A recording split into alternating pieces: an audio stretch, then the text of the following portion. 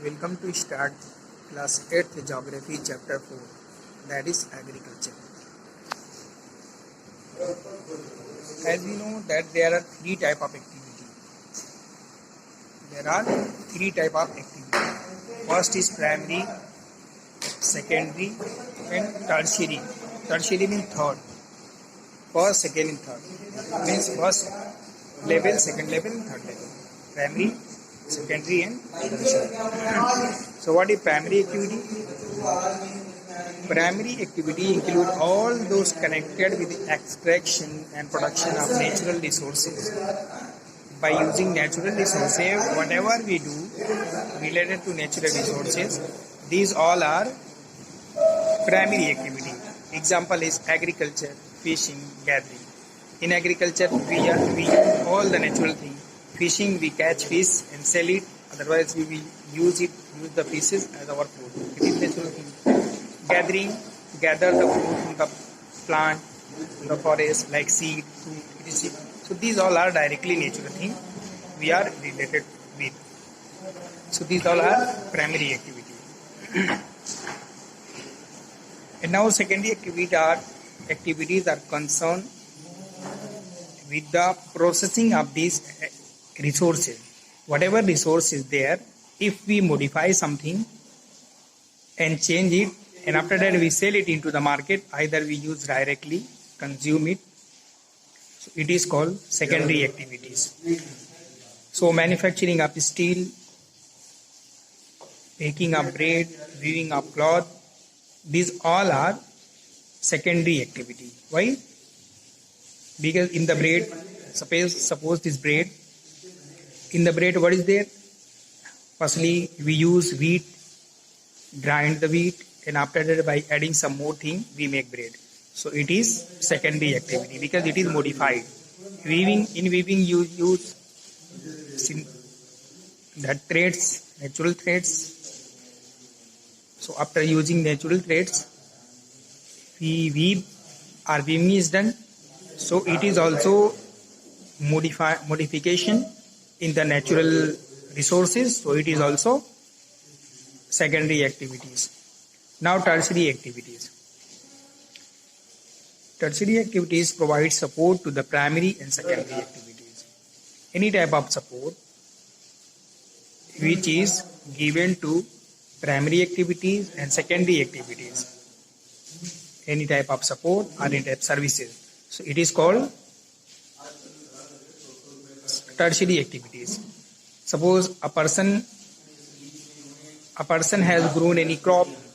So this growing crop is primary activity. And after that, he will send this to any place by transportation. So this transportation, trade, banking, insurance, advertising are examples of tertiary activities. Why? Because they support to the primary and secondary activities. After that, agriculture is a primary activity. It includes growing crops, fruit, vegetable, flowers, and rearing of livestock. Rearing of livestock, domesticating animal, it is also agriculture. Okay, so don't think that like rearing animals, domesticating animal is not agriculture. It is also agriculture. So in the world, nearly 50% of the person are engaged in the agricultural activity. How much percent?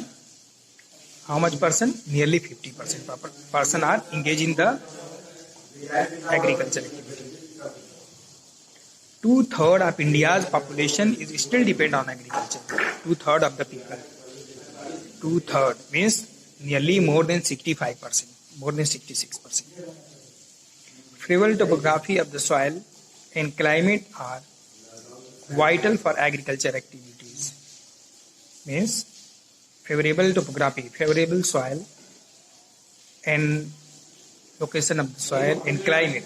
These both are very important for agriculture activity. The land on which crops are grown is known as arable land. What is arable land? The land which is able to grow the plants, it is known as arable land. In the next coming map you will see this. that agriculture activities is concentrated in those regions of the world where suitable factors for the growing of the crop exist. So, arable lands, the plant and agriculture is available only on those lands where climate is favorable and soil is favorable. Now, these are the diagram for the arable land. Means the area where crops grown in different region of the world is given here. In Australia, see, this area is only able to grow the crop. In India, nearly complete area is able to grow the crop except this area and except this Rajasthan and near upside this Ladakh and Kashmir region and many more like this. After that, we know different type of agriculture, different type of professions. Here it is given agriculture, the science and the art of cultivation on the soil, raising crop and rearing livestock. Means cultivation on the soil, any type of cultivation on the soil, raising crop, growing crop and rearing livestock, domesticating animal. Rearing livestock means domesticating animal. It is also called farming. Now this, what is sericulture? Commercial rearing of silkworm. Commercial rearing of silkworm, it is known as sericulture. It may supplement the income of the farmer. Now pisciculture, breeding of fish, domesticating of fish to increase their population for the business. It is known as pisciculture. It is done especially by constructing tank and ponds. Now viticulture. What is viticulture? Cultivation of grapes. Cultivation of grape, farming of grape is called viticulture. Now horticulture, growing vegetable, flowers and fruit for commercial use. For commercial use means to sell it for the money. It is called horticulture. Next heading is farm system. Agriculture for farming can be looked as a system. Agriculture, this is complete system. This agriculture is a big system. So the important input here, so many input and outputs are there. The important inputs are seed, fertilizer, machinery and labors. Some of the operations involved are plowing, sowing, irrigation, weeding and harvesting. Plowing means to plant, to put the plant in the land. Irrigation to give water. Weeding means to remove unwanted thing from the plant. The output from the system include crop, wool, dairy and poultry product. Now here we can see different type of output and input. These are input, machinery, seed, chemical. These are output. And different type of processing and different work. Plowing, sowing, spraying. This is process. This is work. And after that, output. What is its result? When you will use this and when you will do these all the thing, what will be result? Crop will be ready. So crop is, here crop is output, means crop is result. And now physical input. Physical input, now input is up to two kind. Physical input and human input. What are physical input?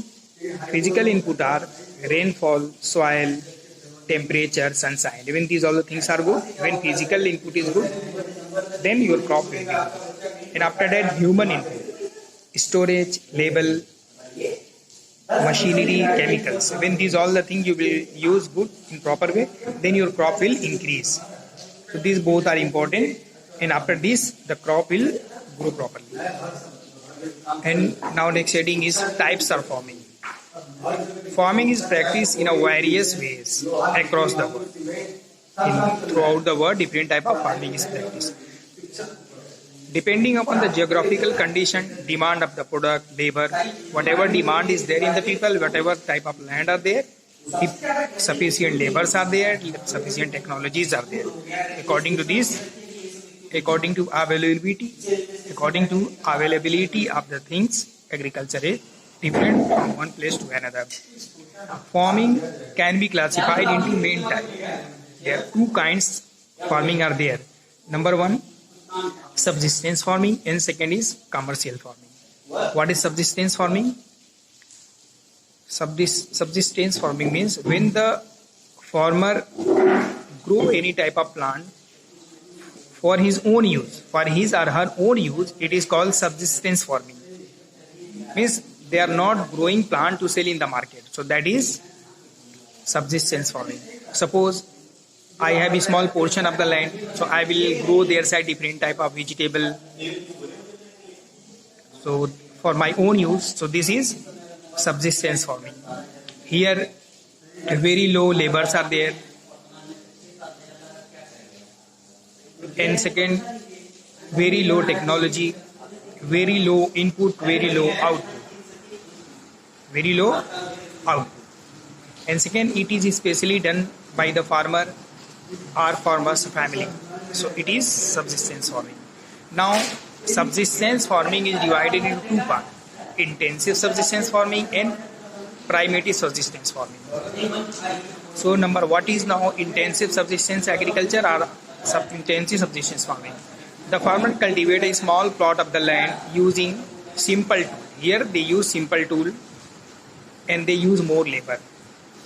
And due to good climate, good sunshine, and due to fertile land, they are able to grow double crops. They are able to grow more than one crop in a 1 year. In 1 year. Annually means in 1 year. So, and those crops are, rice is the main crop which is grown here. Other crop include wheat, maize, pulses, and oil seed. Intensive subsistence agriculture is prevalent. It is especially done in the thickly populated area, the area which is having good population or much population of the monsoon region, where monsoon is good, especially in the southeast and East Asia. Now its second kind is primitive subsistence agriculture, primitive subsistence farming. It includes shifting cultivation and nomadic cultivation. Let us see again. Farming are of two kinds. Subsistence farming and commercial farming. Subsistence farming, which is done only for our own family, not to sell. It is subsistence farming. Now subsistence farming has two kinds: intensive subsistence agriculture, and second is primitive subsistence agriculture. So primitive subsistence agriculture include two, means it is of two kinds. Number one is shifting cultivation and second is nomadic herding. So what is shifting cultivation? Shifting cultivation is practiced in the thickly forest area. Shifting cultivation is practiced in thickly populated area. In the part of the Southeast Asia and North India. These are area of heavy rainfall and quick. So these are area of heavy rainfall. Rainfall is very good here. A plot of land is cleared by felling the trees. They cut the trees and they start and they burn the trees. Cut and after that they burn it. The ashes, then they mix the ashes. उसकी जो राख होती है, they mix the ashes with the soil and crop like maize, yam, potato, and cassava are grown. These are grown in this type of agriculture. After the soil loses its fertility, the land is abandoned and the cultivator moves to a new plot. So shifting cultivation is also known as slash or burn agriculture. It is also known as slash or burn cultivation. Now let us see again.